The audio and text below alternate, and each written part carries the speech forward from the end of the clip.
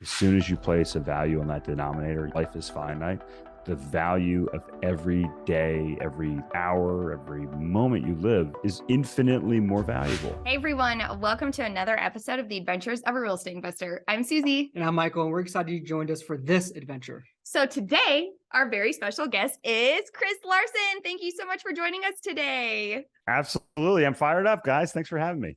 Awesome. Yeah, we were having a great chat, offline beforehand, of course, and we got to know you a little bit, but would you mind sharing with our adventurous family a little bit more about your background and like how you started getting into real estate? Yeah, well, I'm excited to be on here because I love the title and the theme of the podcast, and I love adventures in life. I mean, what better way to be an entrepreneur or to be, on an adventure than to be an entrepreneur.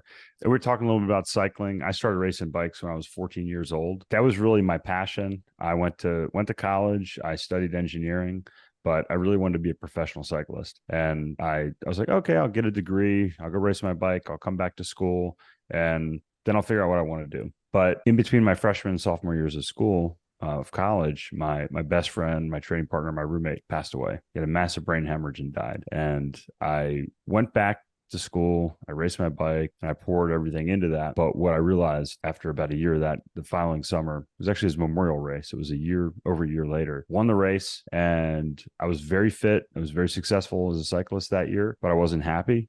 And even worse, I wasn't enjoying the sport that I had so much passion for. I quit. I went back to college. I kind of started being like a normal college student because I didn't drink. I didn't party. I didn't take Advil. I didn't have coffee or caffeine. I mean, I was just like, body is a temple. But I made a pledge to myself. I would honor the life I was given. I would honor the life of my best friend that I'd lost, that he didn't have anymore.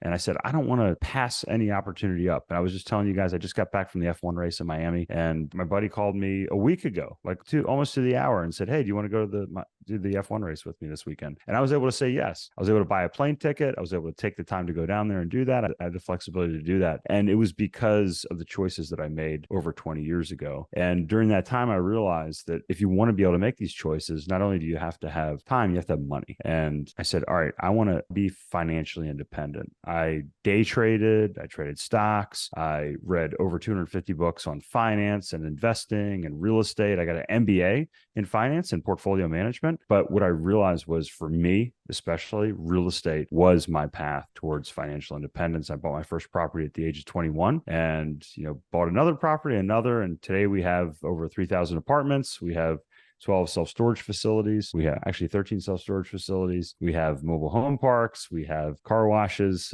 office. We have residential developments, multiple other things. But it all started with that pledge, with that commitment to myself and my friend. Bam! That's awesome. Yeah.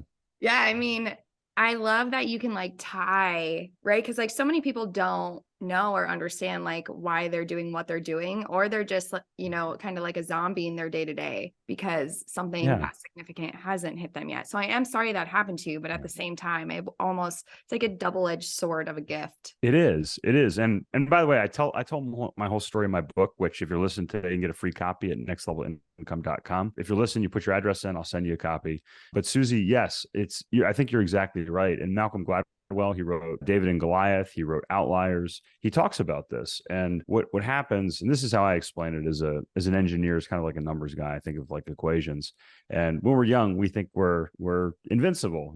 Susie, you were talking about, you're like, oh, we like to do this kind of cycling because I flipped my bike. And you realize when you're young, you're like, oh, I'm invincible. You haven't experienced those bumps, those bruises that life has to offer. And after you do, you have an appreciation for, one, what life can do to you, but also what life is. And Malcolm Gladwell talks about the people that lose parents when they're young. I also lost my father when I was 5. They tend to be more successful. Why is that? And I think it's because when you're young, you think that life is infinite. You think you're going to live forever. As soon as you realize that life is finite, if it's an equation and the denominator is infinity, the value is 0, right? As soon as you place a value on that denominator, life is finite. The value of every day, every hour, every moment you live is infinitely more valuable, right? And that's what, as I think back over the years, that's what I realized, not only subconsciously from losing my father, but also consciously from losing my best friend. Yeah. Very powerful. It is really powerful. But like for someone who I guess hasn't experienced something like that, because I mean, I recently lost my dad, but even before then, I'm sorry. no, thank you. I don't know if I had thought about it like in terms of like loss or anything. So how do we, explain to people like what it's like if they haven't experienced a loss? Like I know that you just said like it is like not infinite, but like where do we go from there? Yeah. Yeah. So I think perspective is what really creates this, right? So I was forced into a certain perspective, but we don't have to be forced into a perspective. So for instance, I taught a class on financial literacy for a local nonprofit, and it's for minorities, it's for underprivileged children. These are people that are, not too far from the poverty line. But when you think that if you make $40,000 a year in this country, you are actually in the top 1% of income earners in the world. We're rich. Like this country is super rich, right? We're the richest country in the world, richest country in history, as far as we know from recorded history. So if you realize that and we stop saying, wait a minute, the glass is half empty, I'm not given these advantages, I wasn't born into the best household or best family or best city or whatever it might be, we can say, hey, this is a disadvantage that I have, and I'm not going to be successful for this reason. Or we can say, wait a minute, I have these advantages and look at what we have. And if you change that perspective, so if you're listening today, you're like, oh, I'll give you an example. I have a friend, we're in a mastermind together. We just finished talking here about an hour ago, and he had a tumor in his tibia. He shattered his tibia. Okay. And he'd say, oh, I can't do that because I had this injury. Okay. And he's like, oh, I can't run because I shattered my tibia. His trainer goes, have you tried? He said, actually, I haven't tried. So he shared this today. So his trainer goes, hey, we're going to go run 400 meters right now. He's like, well, I can't do that. And he said, have you tried? He said, no. He said, come on. He went and ran 400 meters. So he just changed his perspective, right? So again, whether we're talking about money or our place in life, where we are physically, with our physical capacity. Michael J. Fox, I just saw he had a great quote. He's talking about how grateful he is in his life.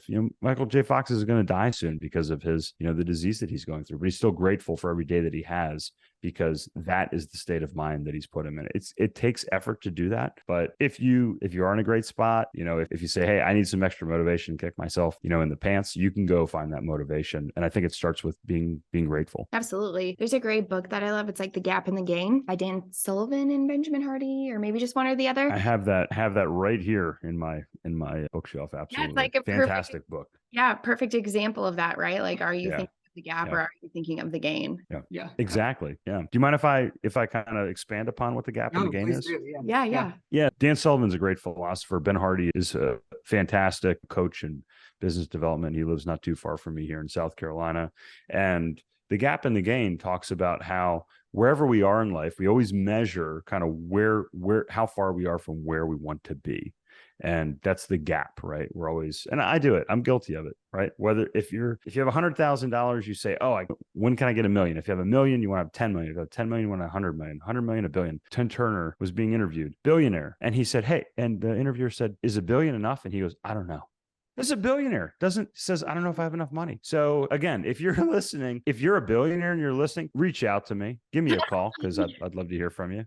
It'd be fantastic. But chances are, if you're listening, you're not a billionaire yet. And the point is, no matter how rich you get, no matter how much you have, there's always somebody with more. There's always a gap to get to the next level, right? And even like Elon Musk and, Bill Gates, like these people want things that they can't have. They want political influence. They want to, I think Bill Gates, the story is he saw Jeff Epstein because he wanted to win a Nobel Prize. Like you want what you can't have, and that's the gap. But what they talk about in the book, Dan Sullivan and Benjamin Hardy, is, well, let's measure backwards and look how much we've gained. And it's a really wonderful thing that you can do and say, hey, let's focus on the progress. And then that's fine, but let's appreciate how far we've come. Now let's refocus on where we're going, but start again, like you just said, Susie, let's start with being grateful. And I think that kind of puts you in the right mindset. You could do it every morning. You can just say, hey, what's something I'm grateful for? You can ask your children, hey, what are you grateful for today? What are you excited about today? You're in a bad mood. All right, just pick one thing. Okay, I can get up out of my chair. I'm pain free. I have a warm house, a hot meal, whatever it may be. If you're grateful, Tony Robbins says you can't be angry, you can't be upset. Like you can't exist in that grateful state and have these other negative mindsets at the same time. Yeah. And here I thought we were going to talk about real estate. Yeah, I totally agree with that. And that's something that Susie and I practice daily is, saying 3 things that we're grateful for. Amazing. Yeah. In addition to that, like that gap in the game where you say, hey, look how far you've come, and then refocus on where you can go next. Right. So like, because that, by focusing on the gap too, I'm gonna say don't focus on the gap, but I'm saying like by seeing where you could go, or potentially where you could go. That's what what drives a lot of successful people too, right? Absolutely. Yeah. That's a fantastic point, Michael. And that's a double-edged sword as well, which is, a lot of people that are successful, and if you're listening to this podcast, you're probably successful, you're trying to improve yourself and you want to go further, but you can have both. You can be happy and grateful, and you can be successful and do that.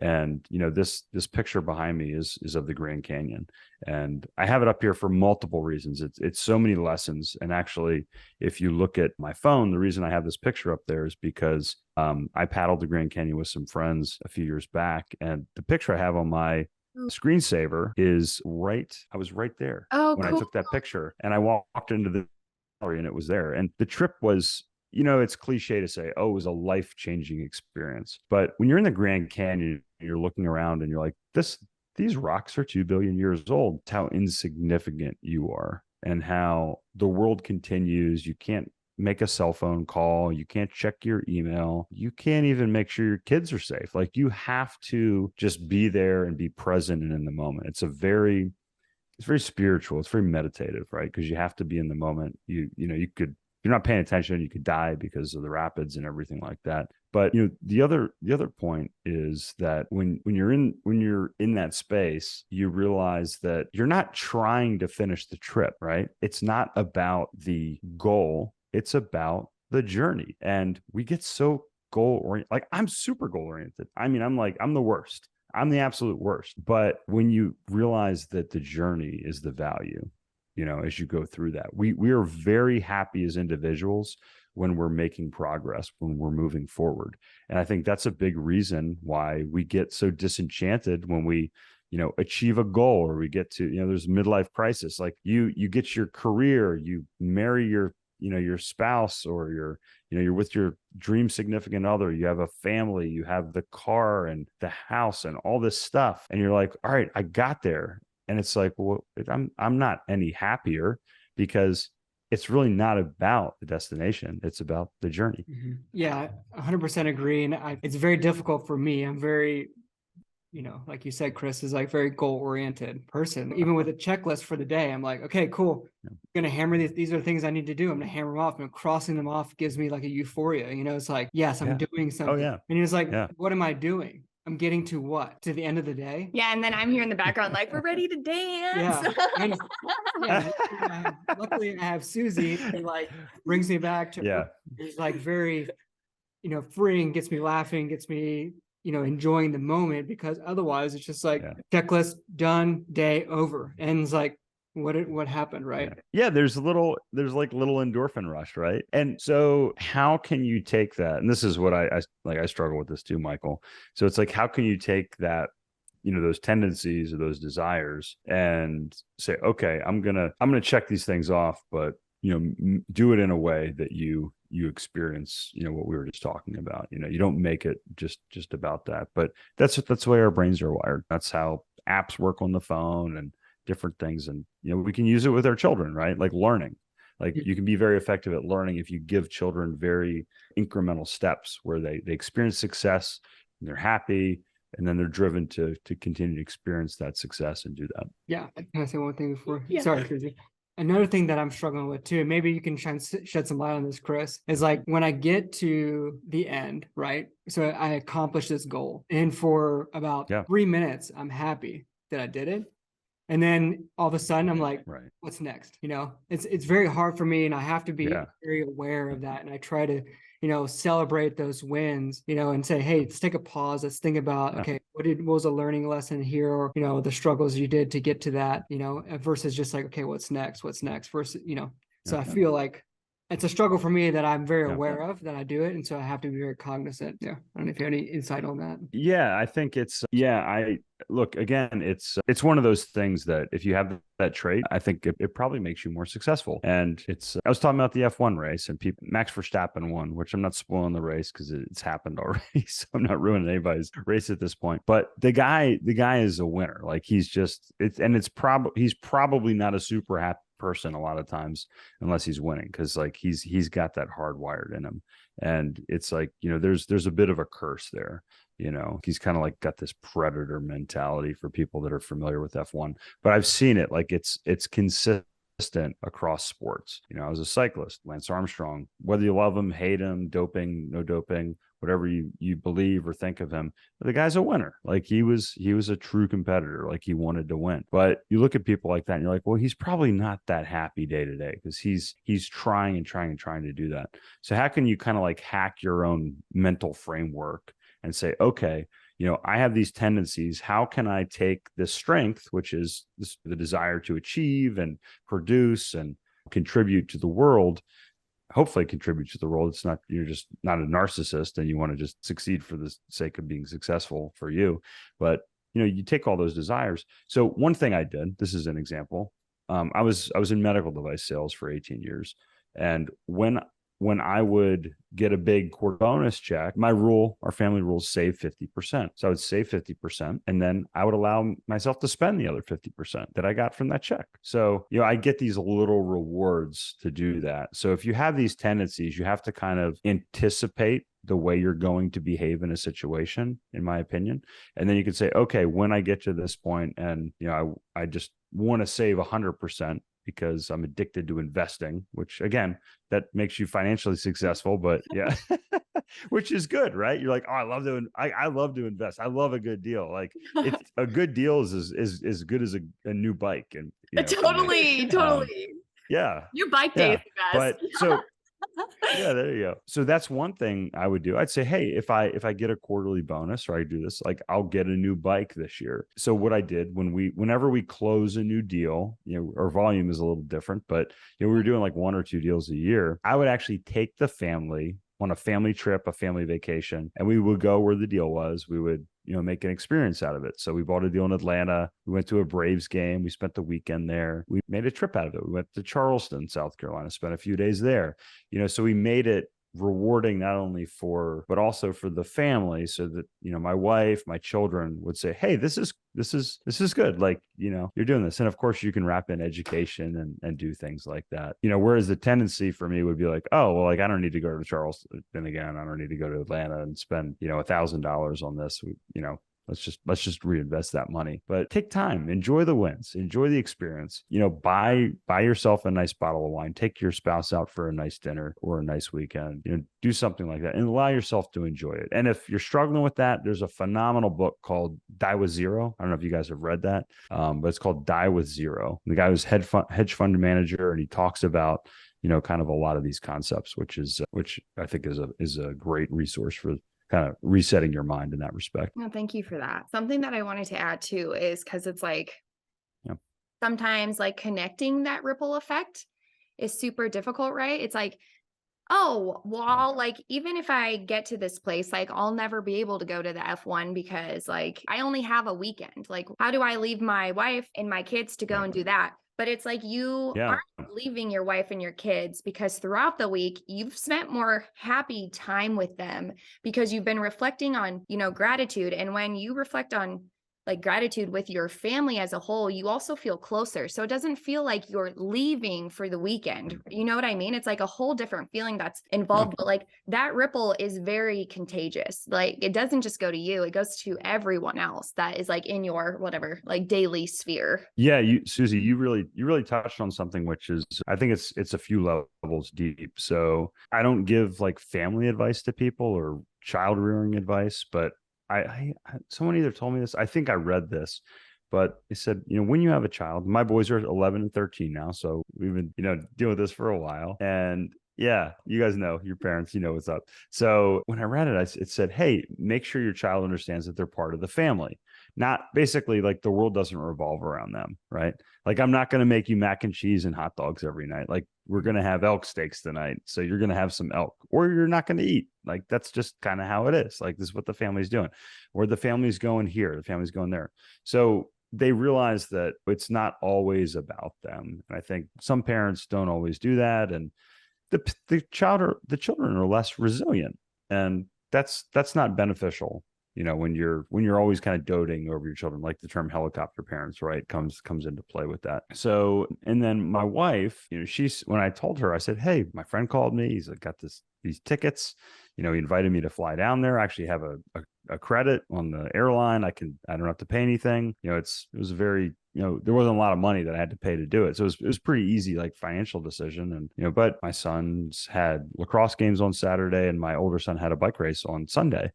Well, my wife doesn't typically go to the bike races with my son because I'm one of the coaches, and she's usually with my younger son at soccer races.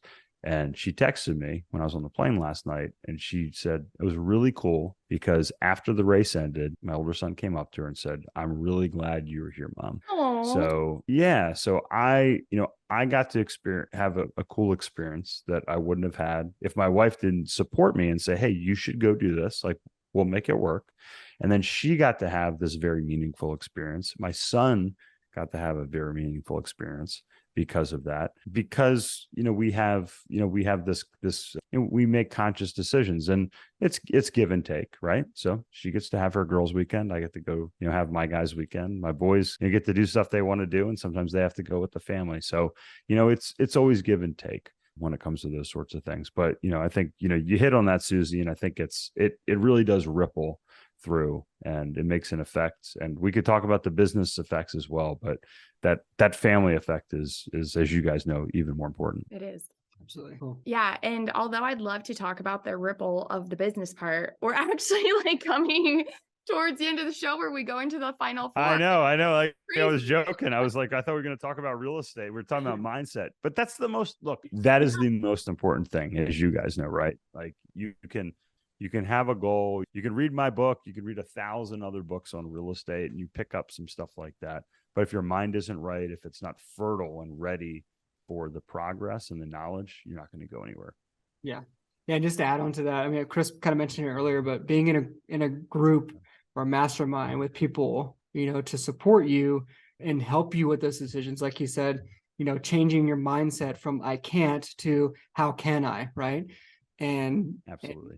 Being surrounded with people who have that attitude and not a negative attitude, who can help you explore different options. I think that's really important in order for you to progress and be successful. So, yeah. 100%. Great advice. Well, it's been an absolute pleasure, Chris. Now we're going to move into the adventurous 4 questions we have for you. So if you're ready, we'll begin the questioning. Okay. I'm a little nervous, but I'm ready. Sounds like you like to travel. So the first question is going to be easy for you. So first question is, where is one place you wish to travel to and why? So I've not been to Vietnam, but I hear many, many people that I've talked to have, I've heard this repeatedly from, friends that have been there say that's the best place that they've been. So I'm excited to be there. We'd love now that our boys are older to take them. And, not only do we like to go to new places, but, culturally, it's always fun to experience new cultures. Vietnam is wonderful. I can There we go. Add to the list. Totally. Number 26. Yeah. Yeah. So our second question is, what is one thing on your bucket list and how are you leveraging real estate investing to achieve it? Yeah. So I talked about the Grand Canyon.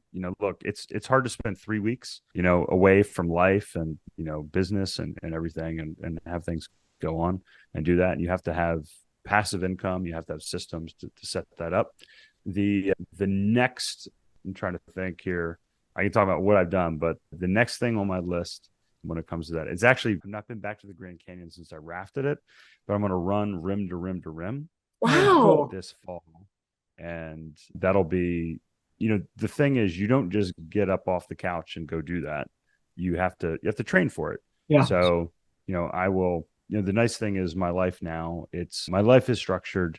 My business is structured around my life. So, the passive income, the business, everything is around, number one, my health. Because I think, if you're not healthy, you can't support everything else in your life, your family, your business, whatever it may be. So, I structure my business around my health and my family, number one and number two. So that's something that passive income has given me the ability to do. I was on call for 12 years of my life. I didn't have that for a long, long time. Wow. Yeah. How far is the rim to rim to rim? How many miles? It's just shy of 50 miles. Wow. That's awesome. That is awesome. Yeah, you would think it'd be easy going down, but I feel like that's harder for me because my quads just catch on fire. Yeah. Yeah, it's again, I'm a cyclist, so like I could ride 50 miles or 100 miles but yeah, it'll stretch my limits for sure. That's awesome. I didn't know that existed, so my interest is peaked now. You can join us, Michael. One of my goals when I get back to Colorado is to run the Leadville 100. So. Oh yeah, that's an event right there. My buddy ran the Leadville and then he rode the Leadville, so he's got the belt buckle for cool. They give like a special belt buckle for that. That's cool. Kudos to you, man.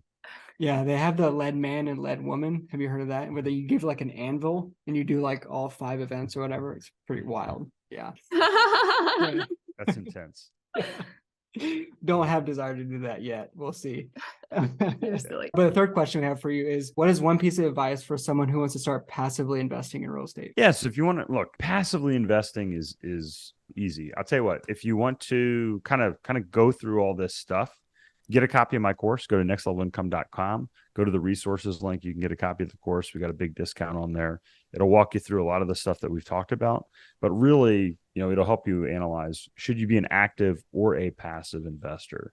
So if you get to that point, which is kind of the last stage in our course, I would say the best thing to do is to find an operator that you trust, that you understand, that you trust, that you can work with, and don't look at the deal, look at the operator. So that's my advice. Find an operator you can trust, go through a deal, and decide if that's the right thing for you. That's great advice. Yeah. And it's even great advice if you're active looking for other partners, Yes, 100%, 100%. Absolutely. Yeah. Yep.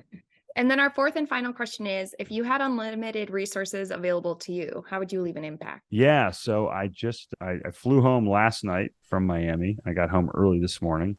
So I drove back from Charlotte. I live in Asheville, North Carolina. And I was listening to a podcast by Jordan Peterson. So he's kind of controversial, but he had a gentleman on, Bjorn is the gentleman's name. And he's a political scientist, but he has a team of economists. And what they did was they went through and they said, hey, what are the 12 things that have the best return on investment from a social aspect on the world? And it's pretty wild. So if you're interested, I would look that up. I can't cite it off the top of my head. I was really tired. Just focused on not falling asleep on the way home. But little things like we donate to an organization called Mama Maisha. And actually I was surprised, but it was the number one thing on the list, which was healthcare for mothers, because there's still in poorer countries a lot of mothers that die giving childbirth. And nutrition around childbirth and mothers is a big thing. And they actually touched on this in the episode, and they talked about how, it'd be like, I think it was like $3.5 billion to like have this massive impact around the world on mothers and children, which if you look at what we're spending in, say, Ukraine, like $3.5 billion, we could spend that as a country very rapidly. And there's people in this country that, they're probably not listening to this show, billionaires we were joking about earlier, but they could fund it themselves, right?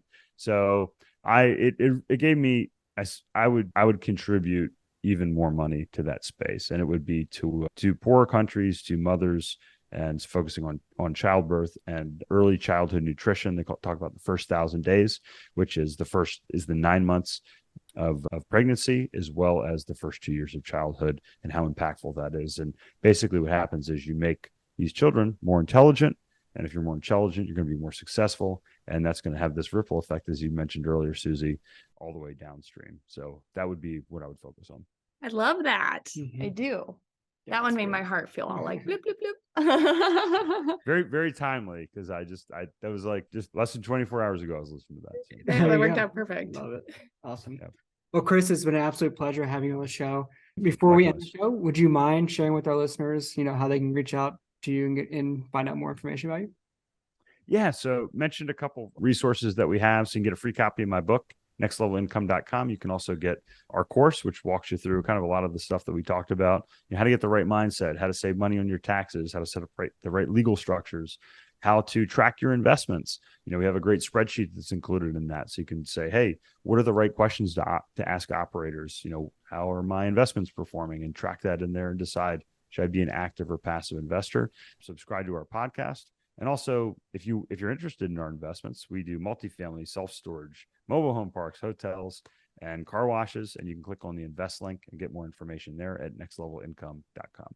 Awesome. Yeah, and that's great. And we'll make sure to have all those links in the show notes, because like this is the information you need. It's like right there. You can get it very easily. So like, please take the time to do it. You're just doing yourself a favor when you do. Absolutely. But thank you, Chris, for joining us. It was a lot of fun. And, next time we'll have to have you on and actually talk about Real estate. or buying businesses, because that's okay though.